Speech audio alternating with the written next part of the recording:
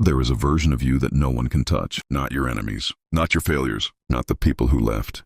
That version exists, but you will never find it while you still need someone else to hand it to you. Most men spend their entire lives outsourcing their inner state. They need validation to feel capable. They need approval to feel attractive. They need recognition to feel worthy. And when those things are withheld, and eventually, they always are, those men collapse, not because they are weak, but because they built themselves on foundations they did not own.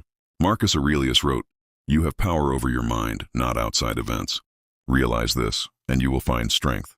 He did not write that as inspiration. He wrote it as a warning.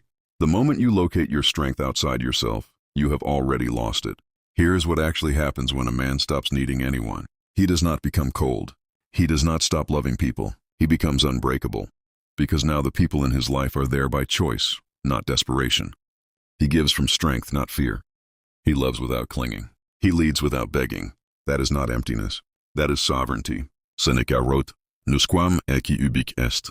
A man who belongs everywhere belongs nowhere. The man who needs everyone has no self. He agrees when he should resist.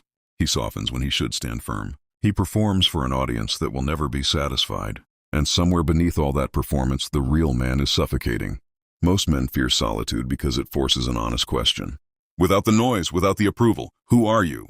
What are you actually worth? Weak men run from that question their entire lives. Strong men sit with it until they have an answer that requires no one's confirmation.